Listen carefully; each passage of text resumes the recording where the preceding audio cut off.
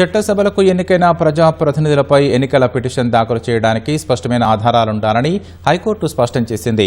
అవినీతికి పాల్పడ్డానడానికి ఆధారాలు లేకుండా పాల్పడి ఉంటారన్న ఊహాజనిత అంశాలతో దాఖలు చేసిన ఎన్నికల పిటిషన్లను అనుమతించలేమంది.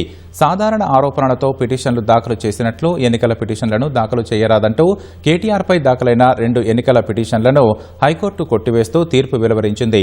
సిరిసిల్ల ఎమ్మెల్యే కేటీఆర్ నామినేషన్ సందర్భంగా వాస్తవాలను వెల్లడించలేదని, అందువల్ల ఎన్నిక చెల్లదంటూ ప్రకటించారని కోరుతూ కాంగ్రెస్ తరపున పోటీ చేసిన కె మహేందర్ రెడ్డి, లగిశెట్టి శ్రీనివాసులు 2024లో వేర్వేరుగా ఎన్నికల పిటిషన్లు దాఖలు చేశారు. వీటిపై జస్టిస్ నామవరపు రాజేశ్వరరావు విచారణ చేపట్టి తీర్పు వెలువరించారు. పిటిషనర్లు చేసిన ఆరోపణలకు సరైన ఆధారాలు లేవన్నారు. కేవలం వివరాలను వెల్లడించలేదన్న కారణంగా ఎంపికైన ప్రజాప్రతినిధిపై అనర్హత వేటు వేయలేమంటూ కేటీఆర్పై దాఖలైన పిటిషన్లను కొట్టివేస్తూ తీర్పు వెలువరించారు.